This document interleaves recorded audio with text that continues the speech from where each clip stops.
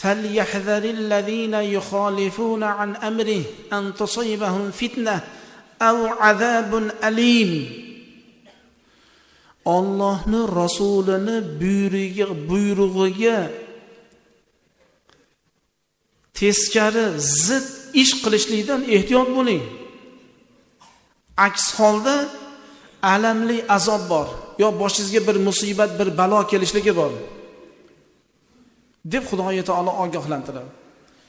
Namoz, jumani o'qiganimizdan keyin 4 rakatli sunnat namozlarimiz Rasululloh sallallohu alayhi va sallam biror kun tark qilmagan, o'qigan namoz u. Muhtaram jamoat, sunnat o'qimasdan chiqib ketmanglar. Shu tufayli bizga balo kelmasin, endi sizni jumaga kelib turibsiz. Vaqtingizni ajratib, imkoniyatdan topib kelib turibsiz. Farzni o'qidim, sunnat o'qimasam ham bo'laveradi desa, bu musibat, bu balo, bu muhtaram jamoat. Man tamassaka bi sunnati 'inda fasadin ummati falahu ajru 100 shahid. Meni ummatim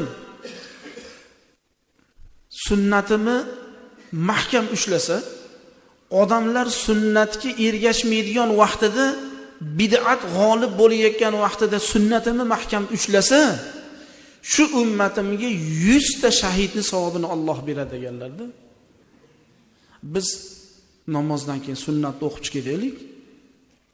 Namozdan keyin bu siz har xil odamlarning gapiga ishonmang muhtaram jamoat. Sen assalomu alaykum va rahmatulloh desang, bo'ldi, sen tugading. Xohlaganingni qilaver deganlar yo'q, u noto'g'ri fikr, u noto'g'ri gap u.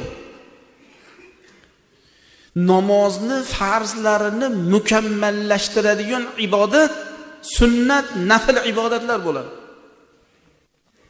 Kamchiliklarni to'ldiradi.